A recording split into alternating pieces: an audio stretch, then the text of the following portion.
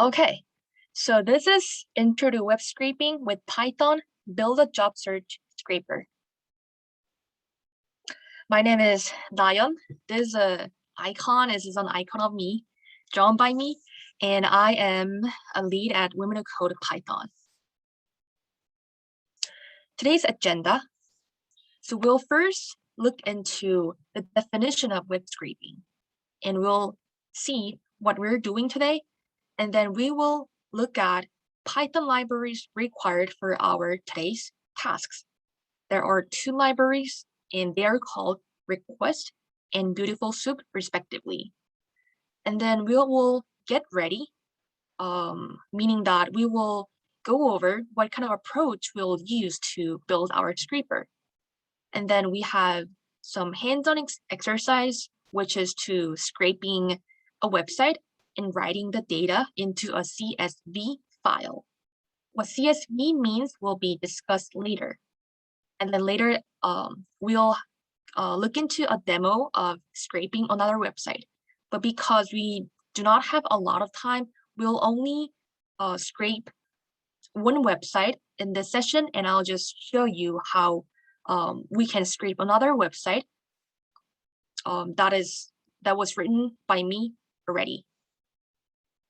And I'll do Q&As at the end of each part. So the first part is the slides, and the second part is the exercise, and the third part is the demo. So if you have questions, feel free to leave them in the chat. What is web scraping? So web scraping is to extract information from a website automatically. So we have web pages or websites, and then we can literally scrape data out of those websites and put the data into some nice formats that can be read by human beings. And many companies use web scraping method, such as Amazon, eBay, Google, Spotify, Pinterest, and the list goes on.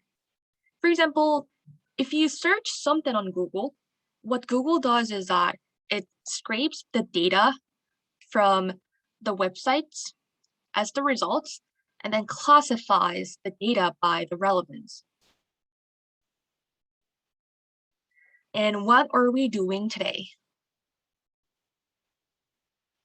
We are going to build the web scraper that extracts job data. And by job data, I mean titles, companies, locations, and apply links from two job platforms called Indeed and Stack Overflow. Depending on our search term, this means that if we want to look for Python jobs, we can get the Python job data from both websites. But if you want to get the data of Java jobs, we can also do that. And later, we'll save the data as a CSV file. CSV stands for comma separated values. It is a way we represent some data, and as the name suggests, you see, for example, we have title, company, location, and apply link. Then the data is separated by the commas you see here. And the Python libraries that we are going to use are, first, Request. Request is an elegant and simple HTTP library for Python. Don't worry, I also do not really know what HTTP means, but simply put, it's the rule we use to exchange data on the internet. And the reason we need to use this library is that we want to request or get the data from websites.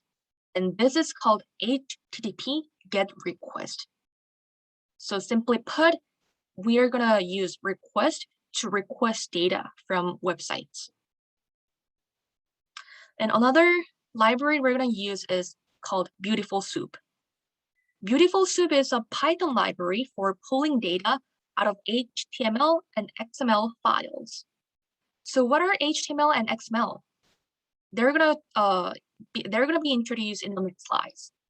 But before doing that, we'll think about why it is called BeautifulSoup. That is soup in BeautifulSoup is the soup you know. Like you see the potato soup on the right.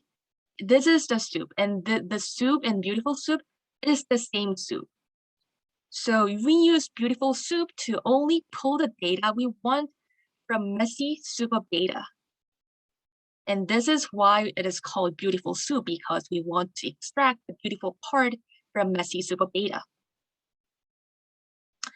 And to talk about HTML and XML, they stand for Hypertext Markup Language and Extensible Markup Language, respectively. And if you see, they have markup language in both names. What is a markup language? A markup language is a language that tells what kind of data something is. For example, it uses a tag to tell what kind of content something is. And it looks like this. For example, this is a fake tag. So we have steak, and we as human beings know that steak is food, but computers don't know unless we directly tell that it is food.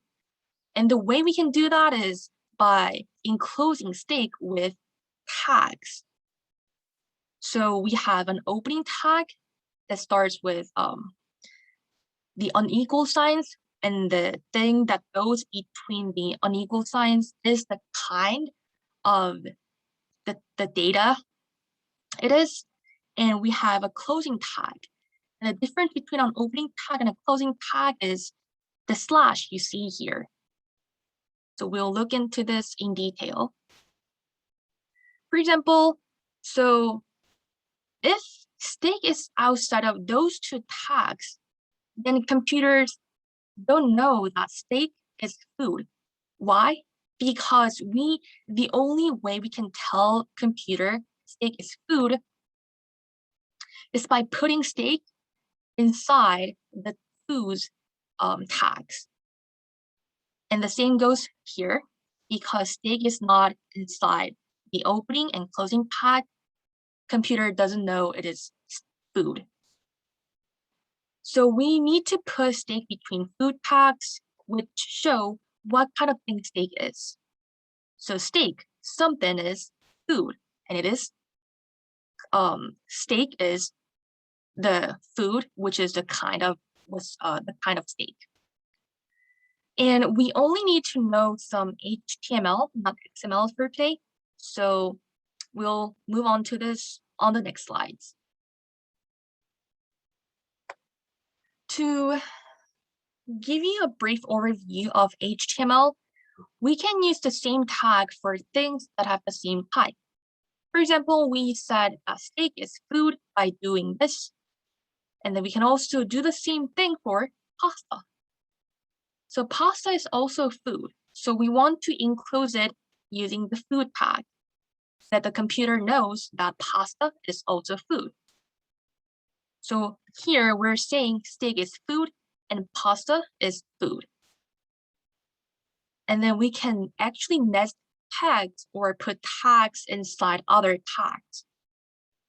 So say we have food, and then we want to say we are gonna have pasta for lunch and steak for dinner.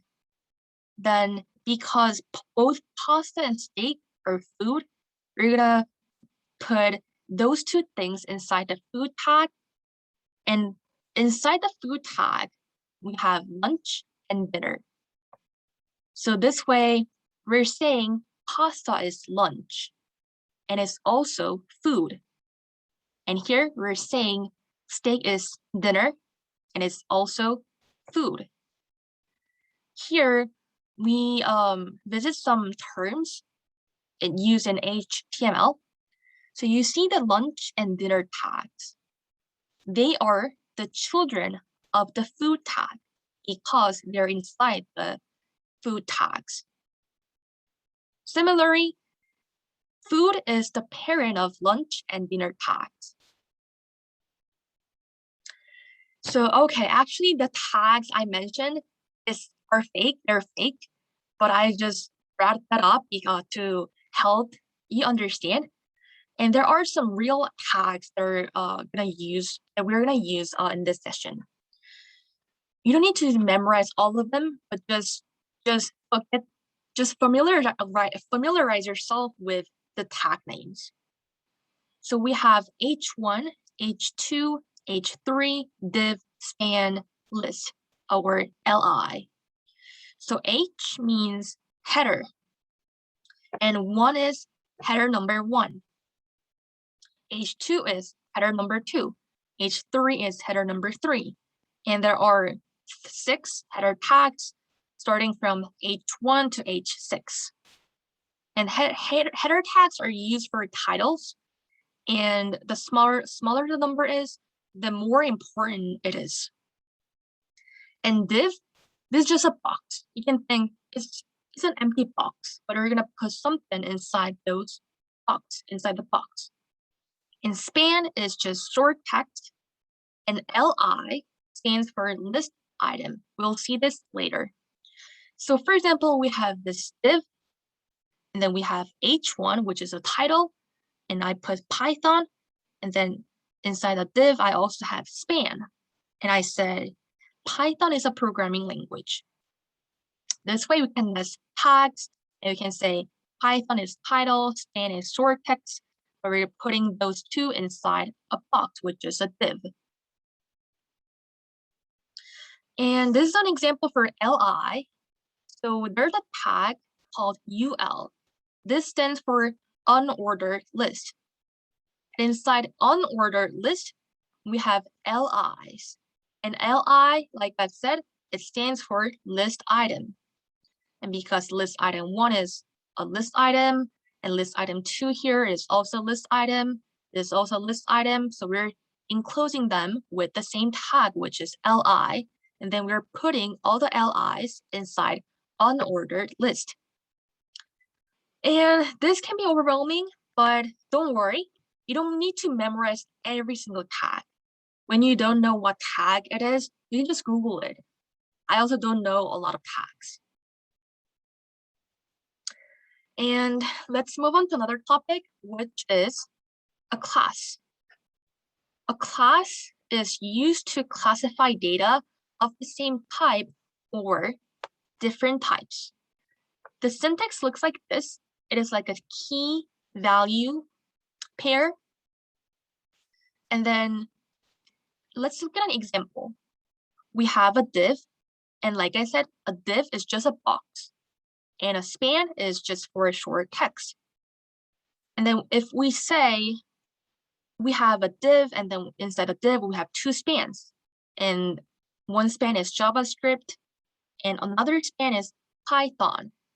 But we want to be more specific and say those 2 spans are programming languages.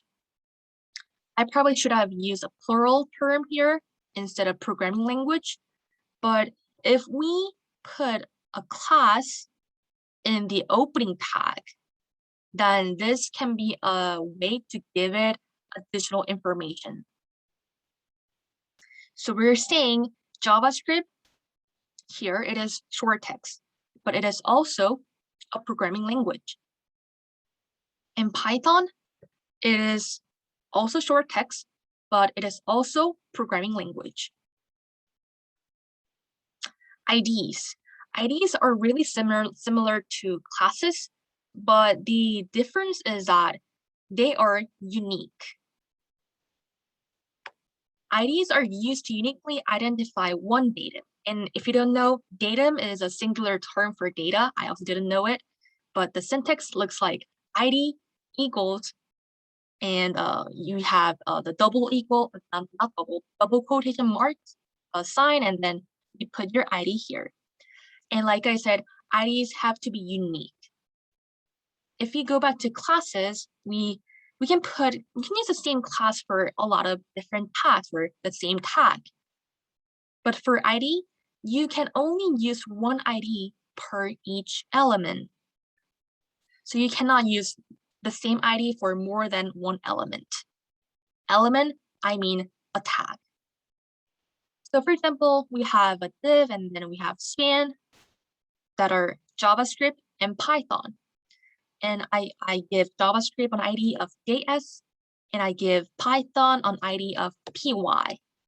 But if I put PY in the first span and also in the second span, it'll not work. Why? Because IDs have to be unique. You can only use one ID per element or tag. So the things that have the key value syntax placed in an opening tag is called attribute. It looks like this. So we have a opening tag, and attributes are always placed in the opening tag. And then we have the contents, and then we have a closing tag. So IDs and classes are also attributes. And attributes are like modifiers or decorations to your tag that give more information to the tag. Let's go back to the food tag. This is fake, but still, we have food, and inside food, we have dinner. And we say steak is for dinner. But then if you want to give it additional information, we can do doneness rare. So this way we're saying steak is dinner, and it is also food, but the doneness should be rare. And we're gonna get ready for our hands-on exercise. So we'll look right into the code, but don't get intimidated. I'll explain line by line. So first, I am importing those two libraries, request and BeautifulSoup. And then first, before using BeautifulSoup, we want to HTTP GET, or you want to request data from the website we want to scrape data from. And the way we can do that is doing request.get, and you put the URL of the website you want to scrape data from. And then this will return the data from the website, and we are going to store it into a variable, and I'm calling it response because the website responds to our request, our get request. And later, we're going to get soup of HTML. We're going to get soup, messy soup from response. And the way we can do this is by doing BeautifulSoup. Response is a variable defined here, response.text, HTML parser. And we're basically saying we're going to get soup of HTML from response. You need to memorize it. I'm going to go over this again. So, and it is continued in the next slides. Example, if soup, remember this soup, we get response, and then we're doing BeautifulSoup response.text HTML parser. If soup looks like this, we have a div, and then we have 3 spans. Then we can navigate through the soup using some functions. For example, we have soup that looks like this, and then if we do soup.find, and then we put the tag name, this gets one div and return it. So it'll return the entire div here we see here because we have only one div in the soup. We're assuming it. And then we're saving it into a div variable. And if it printed, we'll see the div and its children that exactly looks like this. So we have a find function. And then if we look into another function, we also have find all. So first we're getting the one div and return it, and we're saving it into a div. And inside the div, we can also do some finding. We do div.findAll span. And if you do find all and you put the tag name, this gets you all the spans inside this div. And div here, it is also soup itself, although we extracted soup. But if we scoop some soup out of some soup, it is still soup, right? So we're first getting the entire div, and then inside the div, we're finding all the spans, and hence the name, find all. And in contrast, find only gets the first span or the first match only. So if we do spans, I probably should have said span because this is a plural form.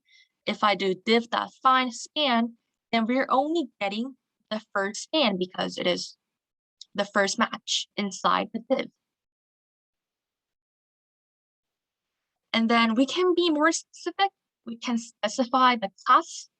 If we do, let's first get the soup of div, and then inside of div, we want to find all the spans, but the spans we want to get should have the class of Q&A. And you see the first span doesn't have a class. So we'll skip this, but the second and third spans all have Q&A as class. So this will get you all the spans whose class is Q&A. So if you do find all, it'll give you all the matchings. But if you also specify the class, then we can be more specific. And similarly, we can also specify an ID. So we first get the div again, and then if we do div.find span, but the ID should be ready. And if you look at all the spans, it is only the first span that has the ID of ready. Remember, IDs have to be unique, so we cannot do find all span ID ready. So we can say span ID ready,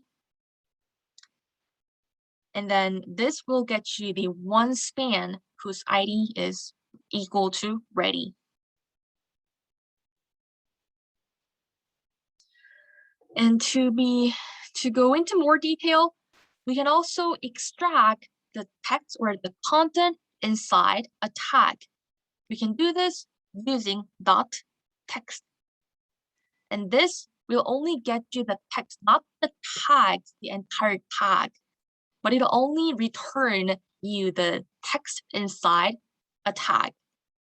So if we do div.soup find div, and then we go div find span ID ready, and we want to get the text, this will show you we are getting ready. And then we can look into some URLs and study some of them. So for example, we're going to use Indeed, but then here, if we search Python on Indeed, you'll see a URL that looks like this. It is super long, but then actually it is only the thing in red text that is a URL. The things after the question mark, they're called query strings, but they're just additional information. So even if you just remove the entire thing after the question mark, including the question mark itself, the link will not break. And we'll see this later again, but we can combine multiple information after the URL using an ampersand. So remember, the thing after a question mark is just additional information you can remove, and then the link will not break. But we can also say, we can also link or combine multiple information and differentiate them using ampersands. So to build our web scraper, our approach is that we'll get the last page number. So for example, if we search Python on a job platform, you'll see a lot of jobs. And if you scroll down, you'll see a navigation bar or a page nation. And you'll see there are a lot of pages here. So our approach to making a job scraper is that first, we're going to get the last page number in the navigation bar. And repeatedly, we go from the first page to the last page. And on each page, we get the data of title, company name, location, and apply link of all jobs in the current page. We're doing it on every single page until we reach the last page. And when we hit the last page, we'll finish scraping. Then with the scraped data, we'll make the CSV file And if you import this CSV file to Google Sheet or Excel, it'll look beautiful, something like this in the next slide. Like this. You see there are like 3,000 jobs that are relevant to Python. We're gonna build a scraper that control data like this. Okay, and now it is the exercise time, but I'll first look into the chat and see if there are any questions.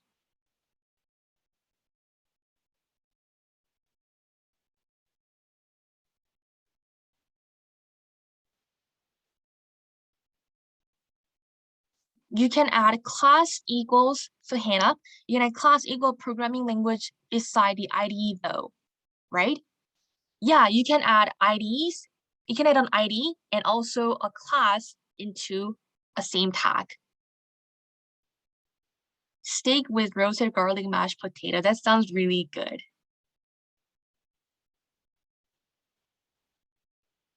Yeah, the HTML is just the fundamentals of HTML I introduced. And can this be important to access, or is Excel easier? What do you mean by important into access? Imported. Oh, yeah, so we can import into a Google Sheet or Excel. And it doesn't matter. They're both like easy, very convenient. No worries. And I think it's ready to move on to the exercise. So can I ask you one thing? I really hope that people who want to make the job scraper with me create a REPL account if you don't have already. So REPL is an online code editor you can use to collaborate with your peers online, but I want to use this because I don't want to do some setups for using Python. And the link will be shared in the chat.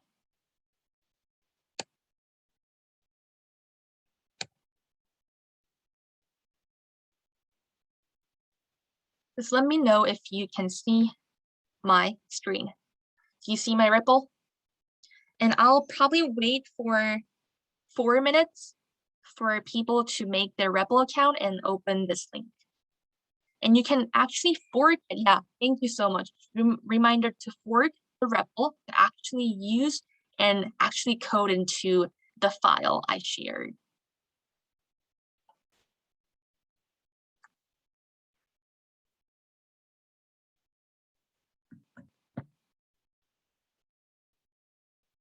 Yeah, thank you. I'll wait for 3 more minutes or 3 or 4 minutes.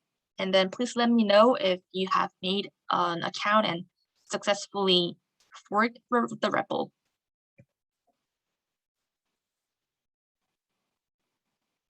Yeah, let us know with a P or a thumbs up when you're ready to code.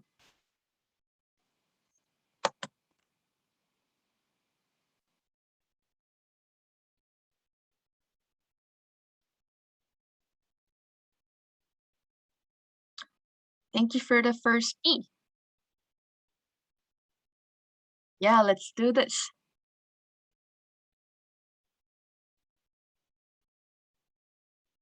Some things I want to inform is that even if you don't understand something like some syntax, I really hope that you don't feel like burdened to understand every single thing happening here, as long as you just like follow the flow or you get the idea. I think that'll be enough for this session. But if you still have questions about syntax or if you are unsure about some things I'll be doing, then please feel free to let me know in the chat.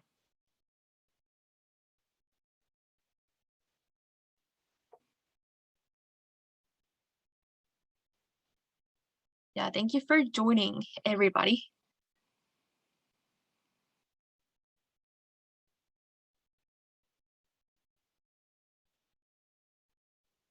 We have 2 more minutes and then we'll get started.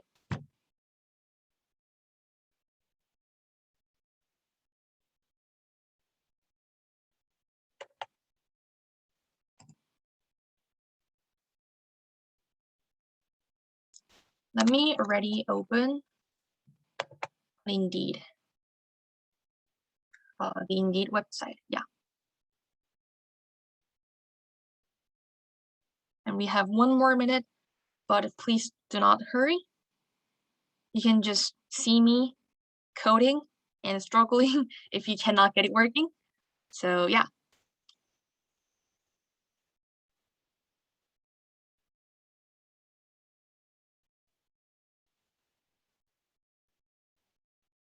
Okay, yeah, let's get started. So if you look at the code I shared, and you have main, Indeed, and save. So in main, what we're gonna do is that we're gonna get a user input that's gonna be the search term or the search keyword. And then using that search term, you will use the search term to get the job data from the website called Indeed. And after that, we want to write data into a CSV file. We'll first move on to the Indeed. And my code has one additional file, but please do not worry about it. We will go on to Indeed. And then you see there are some skeleton code. And we will start from get jobs. So to revisit our approach, what we're gonna first do is that we'll first get the last page number and repeatedly until we reach the last page. We will get all the data of title, company name, location, and apply link of each job until we hit the last page. So let's search for some jobs. So if I do Java, oops, it's kind of slow. Do you see it? If you look at the link, it looks like Indeed.com, and then after the question mark, we have Q equals Java, and after that, some weird things are added, but if we delete it, it still works. But the link has changed a bit. But then let's search Python. Do you see the similarity between those two searches? We still have some weird thing, but the thing that changes in the URL or in this additional information is Q equals the search term. So we'll take advantage of this. If I just directly change this and say Q equals Java, see what's happened. You see, Java has been searched. So we can modify the URL and we can apply our search keyword into the URL. And then when we get the result page, when the page appears, we'll get the last page number. And then until we hit the last page, we will crawl the data of the title, company, location, and the apply link here.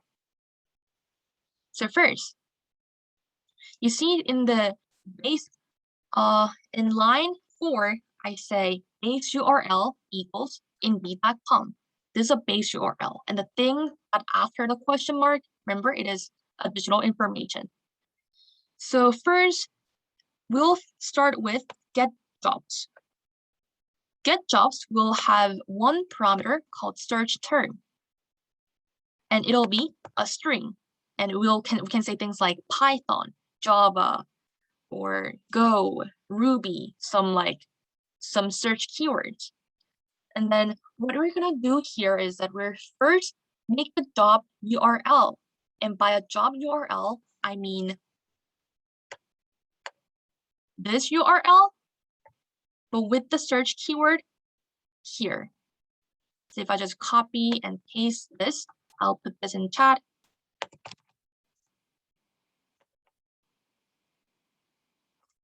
I can do something like this. Job or URL equals. This part is base URL. And I want to I want to utilize this base URL here.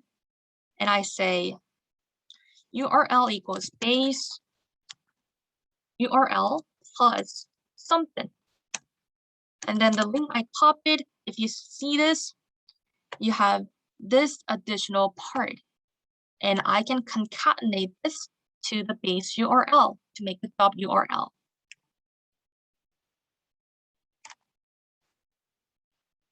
But then we don't want to search for Java jobs only. We want to diversify our result depending on the search term. And for that, we can use something in Python that is called a format string. So if you put an F in front of the string, and then you remove the hard-coded part, and then you put brackets. And you can put search term or the variable here. And if the search term given is Python, this will be base URL plus jobs q equals Python, and it goes on. But if the search term is Java, it'll be like q equals Java. So we have made a job URL. So I'm gonna delete this part. And after that, we want to get the last page. But for that, we need to go to extract last page num. And because we cannot complete this function without extract last page num, we'll go to extract last page num. It is in line 7.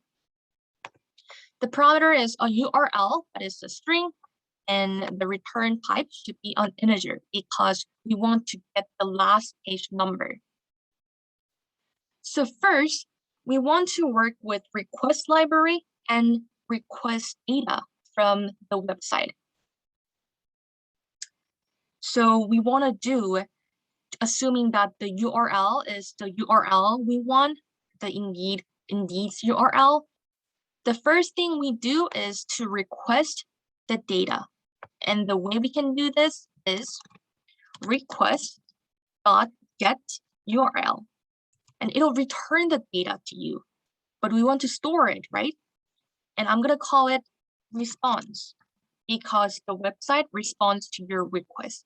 We request data, we want to get the data, we send the request to the website, and because it responds, it's a response, I'm gonna call it response.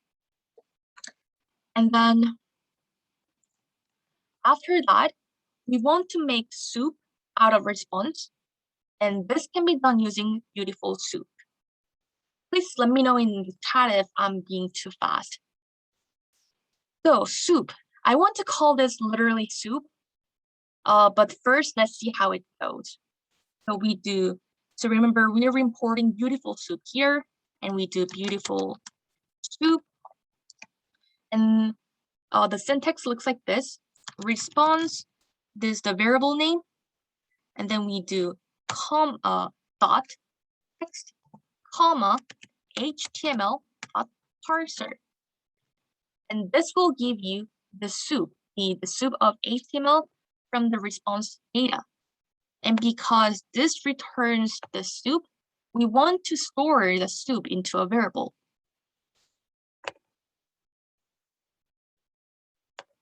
And then we're done with the second task. And later, we want to find one div with class pagination, and we'll see why. If I go to the website, the Indeed, and then I do right click and inspect,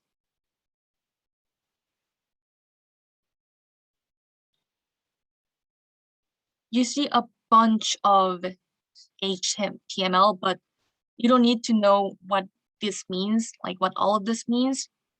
So remember, our first task is to actually get the last page number. And the way we can do that is looking at the navigation bar. And if I hover over this, then you see there's a div with a class pagination. And what I want to do is that here the soup will be an entire soup of data of this entire HTML. But I only want to extract this div with the class pagination. And the syntax goes like this. Soup.find, and because we want to find only one div, we don't use find all. Div and class pagination, because it'll extract the div from the soup. We want to store it into a variable. And I want to print this before moving on, but the thing is that REPL first executes the main.py. That's the problem. So what I want to do is that I want to do extract last page num with what URL?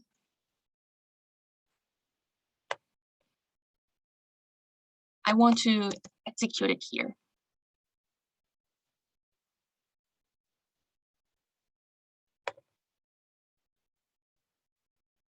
And I want to say Python. I'm calling getJobs. Inside the getJobs function, I'm calling extract last page num URL. Let's run this. You can click on this button to run this program.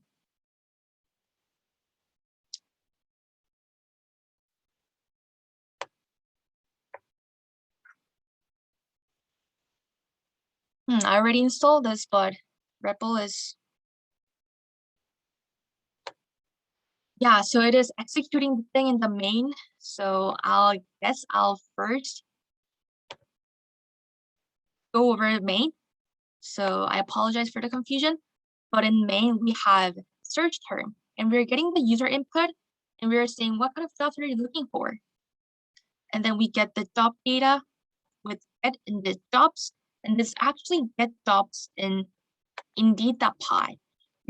Remember we had get jobs function in Indeed, but here we're calling it get Indeed jobs using the as. I'll comment this out, and then I run this program again.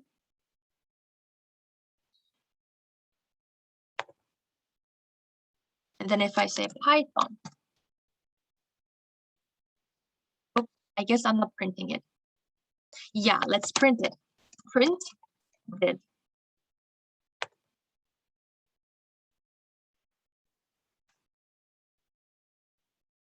Whoa, that's a lot of J data, you see? But you see that it's only one div with the class pagination. This is the opening tag, and this is the closing tag for this div. So we have successfully extracted div with the class pagination. And inside the pagination, what you want to do is that, so you see the numbers. Numbers are inside the div class pagination, and inside the div we have unordered list, and unordered list has multiple list items, LIs. And then the items, the numbers are in the attribute called area label. I don't know what that does, but still, if we expand this, it is also area label 2, and then the same goes for other list items. So what you want to do next is that you want to get the value of the attribute area label of that's inside an LI tag. But we want to get all the LIs and get the max value. So In pagination, find all the LIs. And then after that, for each LI, get the ARIA label attribute of LI's child. And the way we can do this is, so first I want to get all the LIs, and the way we can do this is div.find all LI. And then I want to call it just LIs. And then for each LI, we need to use a loop here for LI and LIs. Get the ARIA label attribute of LI's child. And this needs to be on LI's child because LI itself doesn't have ARIA label attribute. It is the child of LI that has the attribute, and we want to get the value. The way we can do this is by doing, so first we want to get the LI's child, and we can do it by using li.find child. And then this will give you the child of the LI. And if we print it,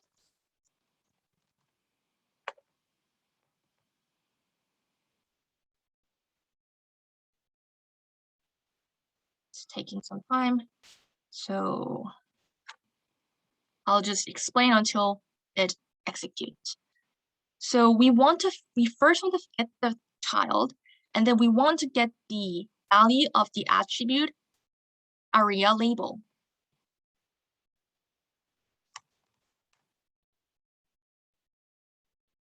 Do this. Yes, we see, we're printing, yeah, we are just printing each child, so it just looks like this. But if I only want to get ARIA label, the value here, I can do brackets, and I put ARIA label.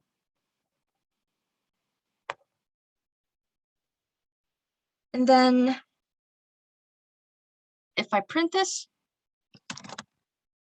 label,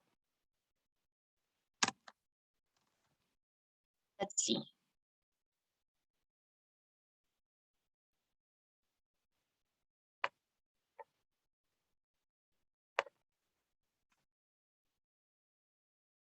You see 1, 2, 3, 4, 5, and next. This is the power of BeautifulSoup. We can navigate through the messy soup of HTML using find word, find all word, find child. And what I want to do here is that I probably want to get all of this into a list and get the second last item because it'll be the maximum number. Or if you have any better way to do that, please let me know. So I first want to make a array or list in Python, li, or label list. And then I want to append it. Label list, append label. And then if I print label list,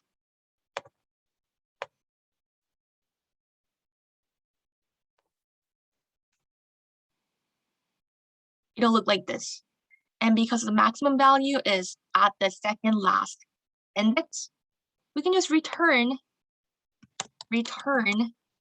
last label list -2 in Python. So this is why Python is so great. We don't need to get the length of the list. We can just do some -1 gets the last item, and -2 gets the second last, -3 gets the third last item.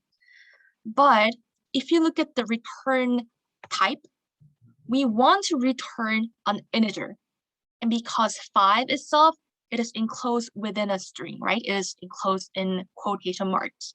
We want to convert it into int.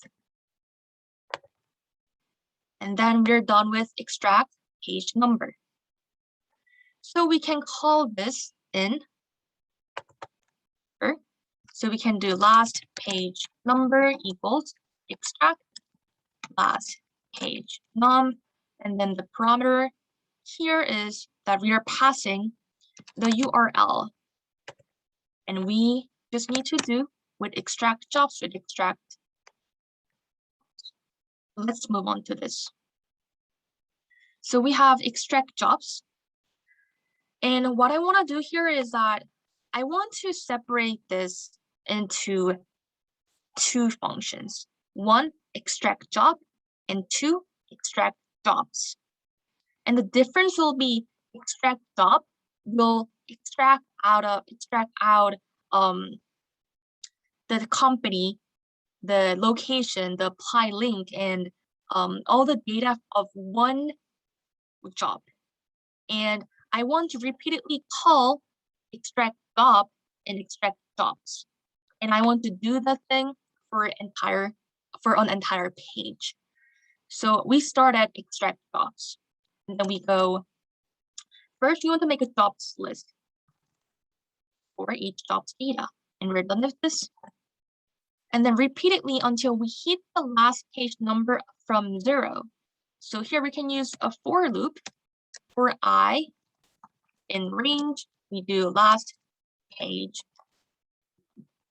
Here we are passing last page num in extract jobs, although we're not calling it yet. We want to get new responses, because what we want to do here is that we want to get each page.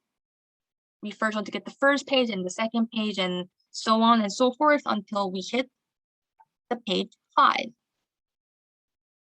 So we do response equals request get URL. We're also passing URL in the parameter. And then we also want to get the soup again.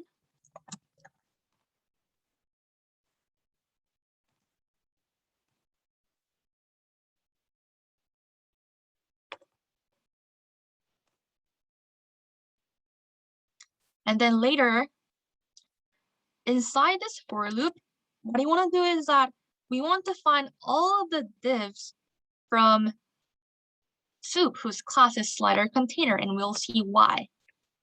If I inspect this box, you see this. If I hover on this, you see it is the div class slider container that has all the data of the title, the company location, and the apply link. You'll see there's also apply link. So we want to get all the divs with class slider container. So we want to do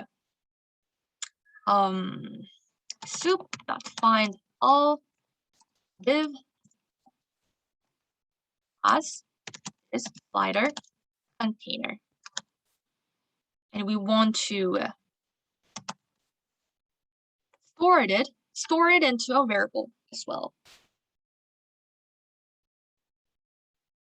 Yeah, and then for each div in 2.3 we created, so we do for div in divs, we want to extract that specific data, the title, company, location, etc. And then we want to append the data to the jobs list we have created.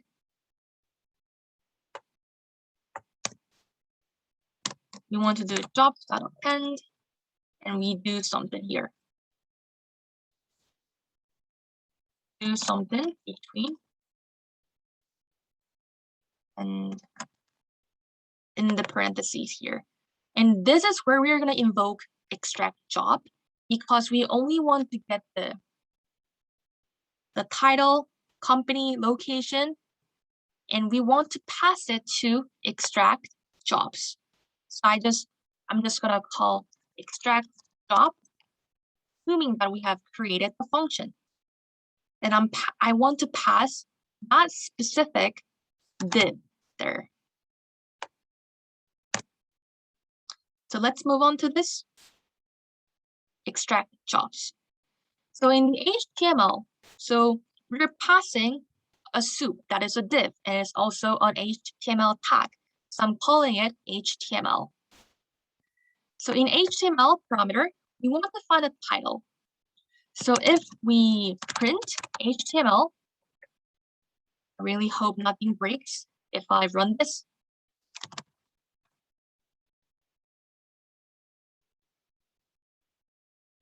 Oops. Oh, we're not. Okay. Return. What kind of job are you looking for? Jobs HTML. Print get. Just give me a moment.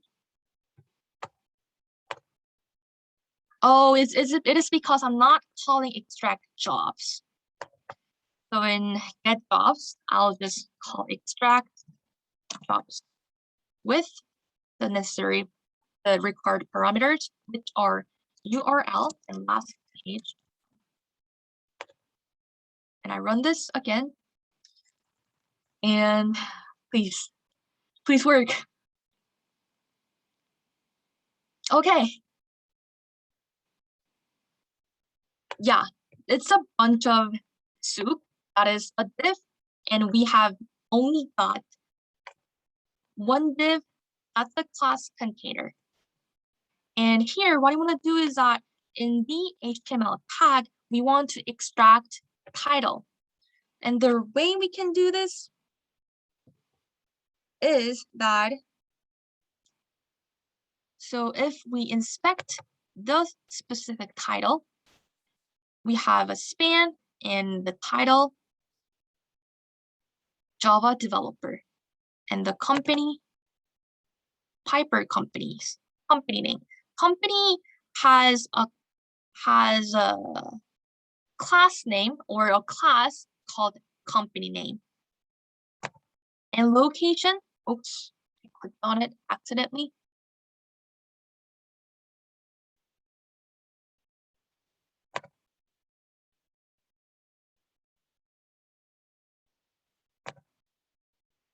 Inspect this.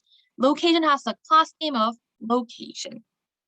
So here, if I want to get the title, and if I expand this, I have h2 class span. Interesting. I'm seeing some different results.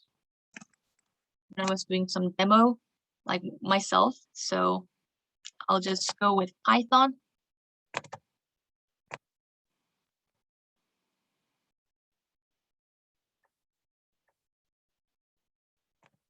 Remote operations and support specialist.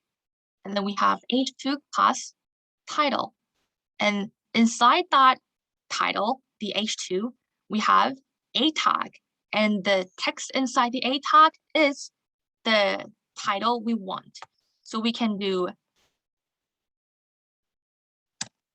title equals HTML find, and we say h2. And then we do string or text. String or text gets the text inside this tag. It'll exclude the tags themselves. And I want to do string. And if I print title, let's run this.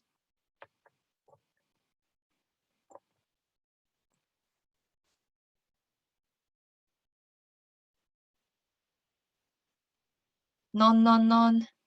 And we're seeing all the titles, but there are also nones. So we want to make sure that title is not none. We want to, when we're creating, I'll actually like recording something. So and then we have created title, and then we have location or company. And company HTML find, because there's only one tag that'll have the company name. It is span. There's a span with the class company, and inside the span there's an a tag, and there's the company, which is Netflix. So if you do span with class company,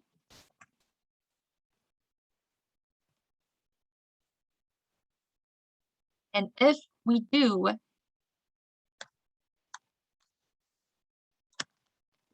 print this out, Python.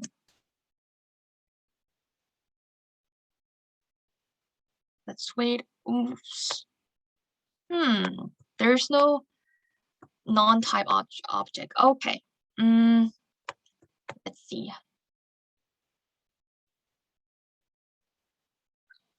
Can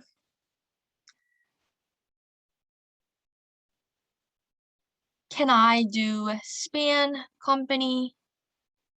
Or if I inspect numerator, if I do, let me try the company name instead of, oops, definitely closed it.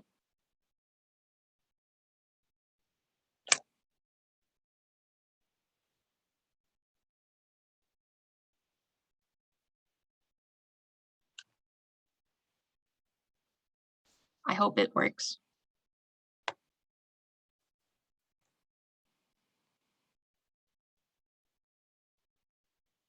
Okay, it works. Oh, okay.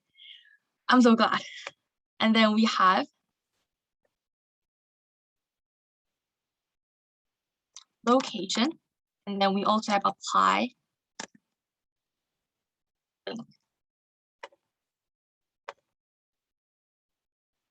If I inspect location, there's a span class with the class location. So I can do HTML find span with the class location. And because I want to only get the text, I'll do text. And then apply test before moving on to the apply link.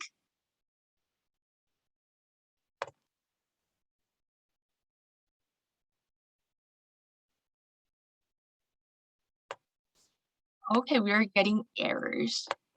There's no attribute text. Location, HTML, find span, class print. Is it company location?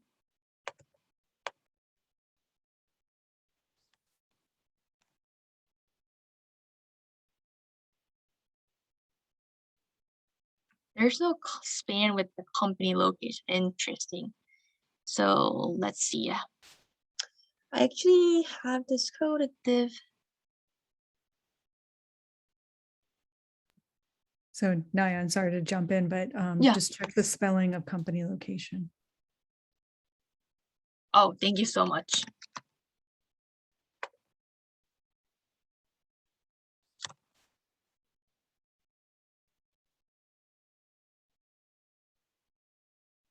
If I change it to div, it will work. Hope it will.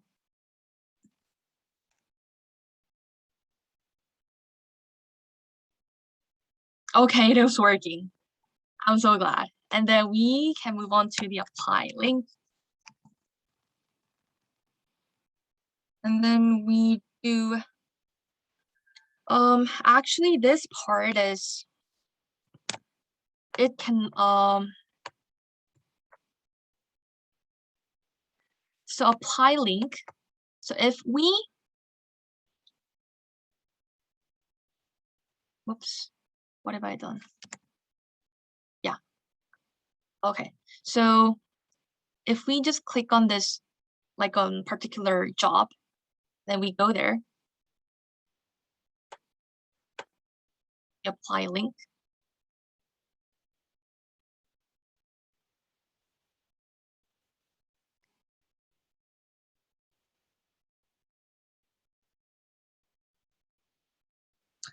Please give me one moment. I want to find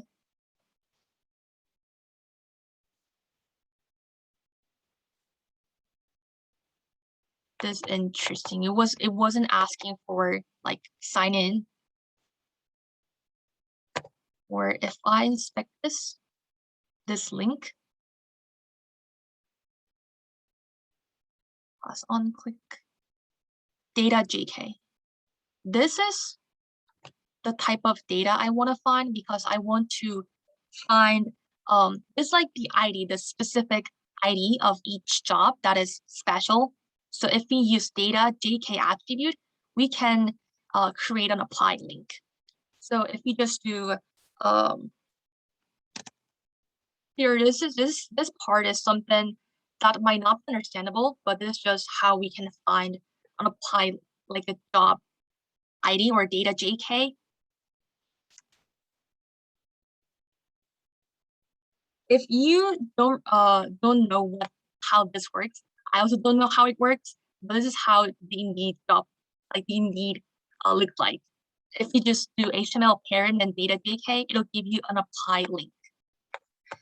So, and then lastly, yeah, the job ID can be found with HTML parent data JK. We want to make and return a dictionary that stores all the data. So we can do return title, this title, company,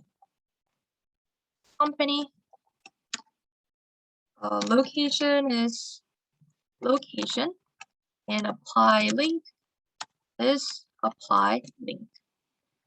And then lastly, we're appending each extracted data to jobs. And lastly, we want to return that jobs list. So I guess we're done with the Indeed. Let's test. I want to first print Indeed jobs in the main. Python.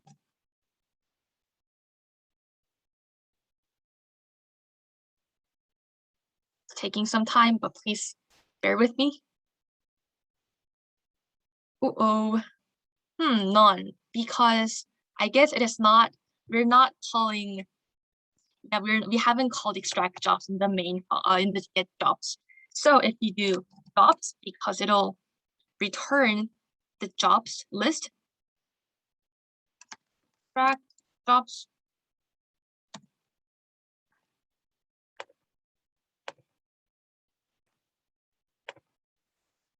And then if I return jobs and I run the program again.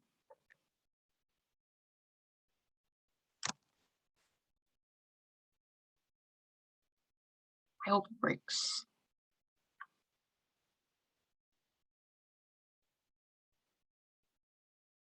Okay, yes, we have successfully created, like we have created like a scraper, but before moving on, I want to modify some part. So here actually, so we're getting a lot of nons, like non types, but so I'm using H2, but my original code has HTML find, let me check, and title true. This means that we are looking for a span where there's a title attribute and we want to extract string. This is my original code. And if we use this out, I think we'll get a lot less nuns.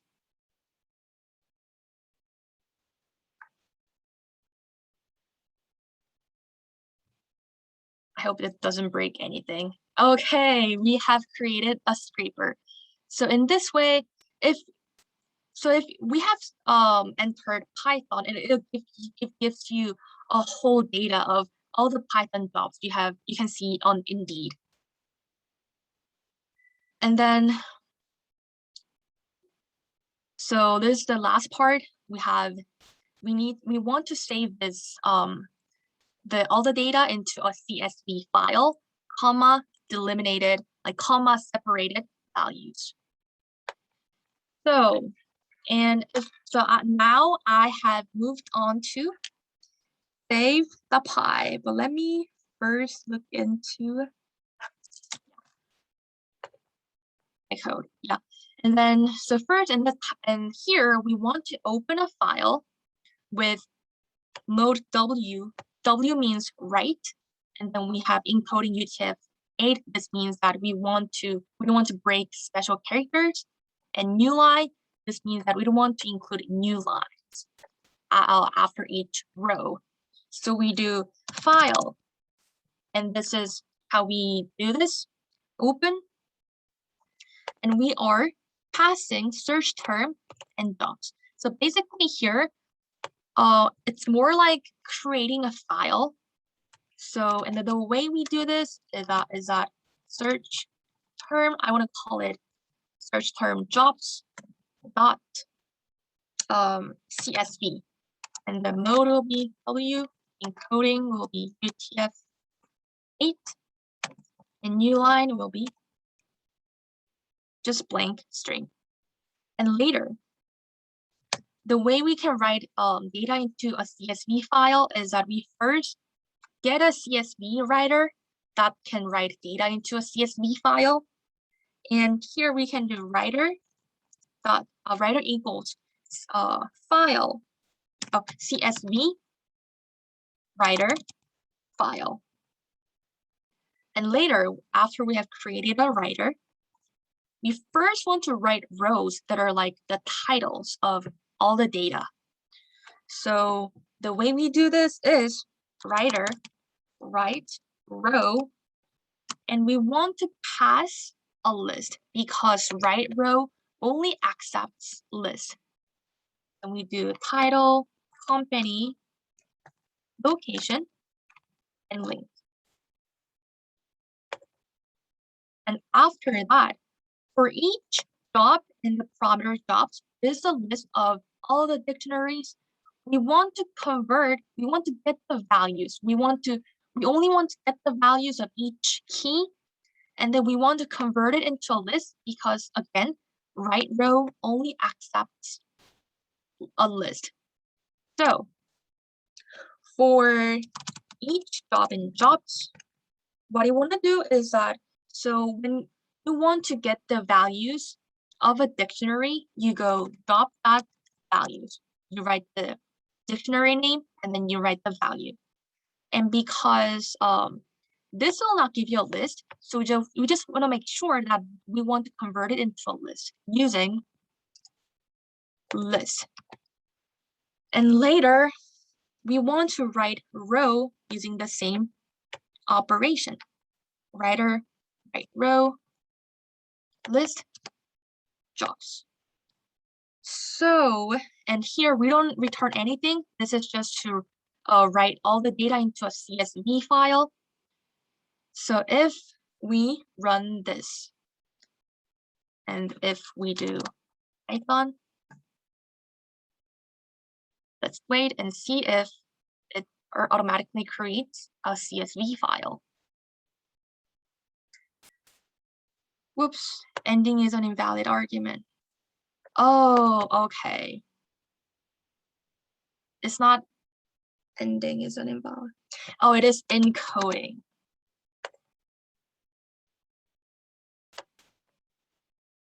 Python.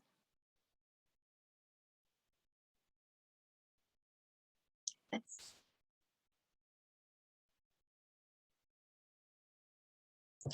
okay. So you see the file was just created with title, company, location, and link. If you download this file, you can do this using the 3-dot symbol and you download it. And if you open it, you'll see an Excel sheet of all the Python jobs. And see how the file name was automatically named Python jobs. And there's a title, company, location, link.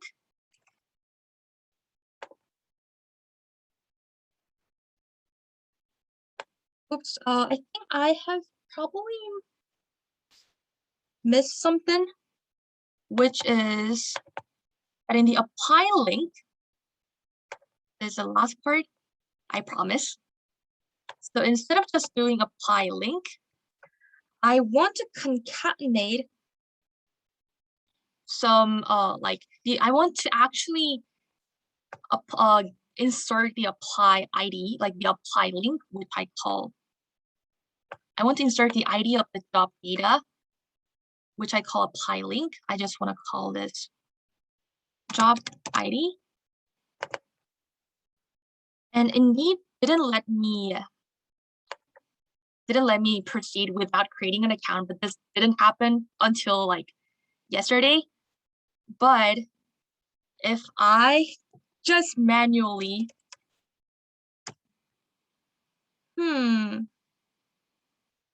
I don't want to manually type this out, but I have my code here. I just paste this with this, then I delete Python jobs.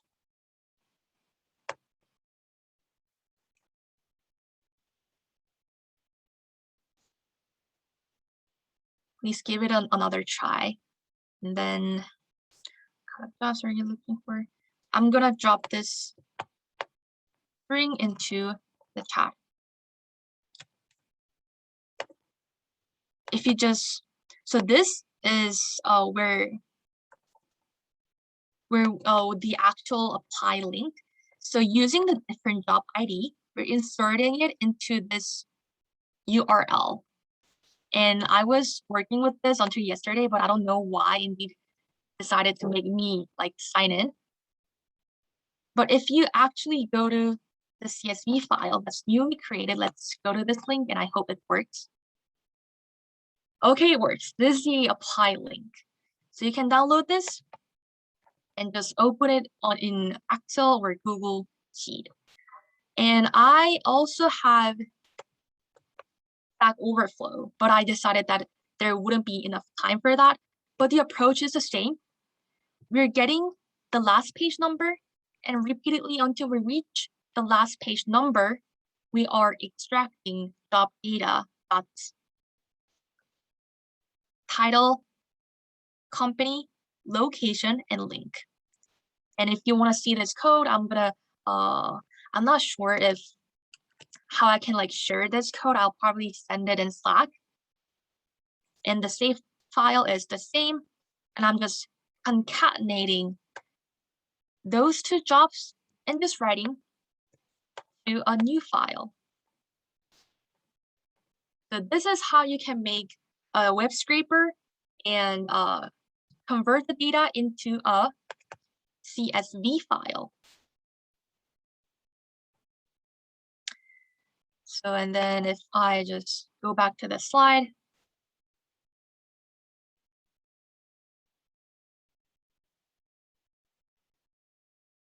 It was a demo, but it was too short, but I assure you that the approach is the same. We go to the navigation bar and we get the last page number, and repeatedly until we reach the last page, we just extract all of the data, the company name, the title, the apply link, and the location. And wrap up, this is how you can make a job scraper out of Indeed.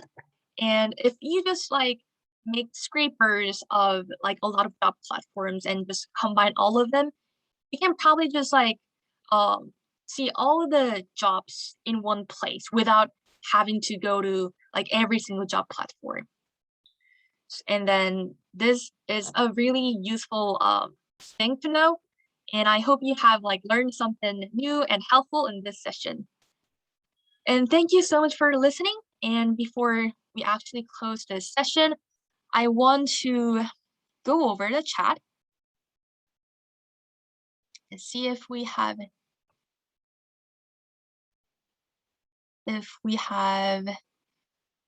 extract some questions.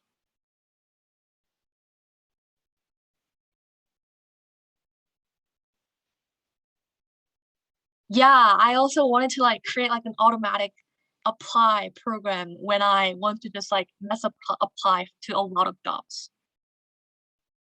Thank you so much. Yeah, don't forget to register for Connect Forward, which is on November 17th. I think it is from 17th to 18th. And How would we do this if we wanted to a Google Doc instead? That's a really good question, and I haven't thought of it. But in my opinion, I think it is better to make it a CSV file and see it in Google Sheet um or like an Excel, because this is like a lot of rows. But if you just get all the data into a Google Doc, then you'll probably manually need to make new line between each job data, and it'll be some hassle. You don't want to just like insert new line into like all the like between all the jobs you have scraped. And thank you so much for attending. Oh, okay, yeah, it is November 18th and 19th. How would you use this program for open source Excel? Open source, I actually do not really know what is meant by open source Excel. Can you please specify? Can you please like elaborate?